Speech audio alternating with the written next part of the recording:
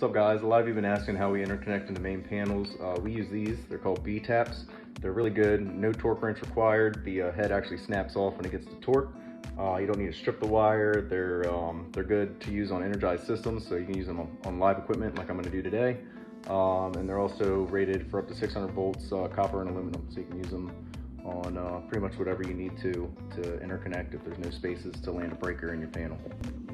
So this is your B-tap.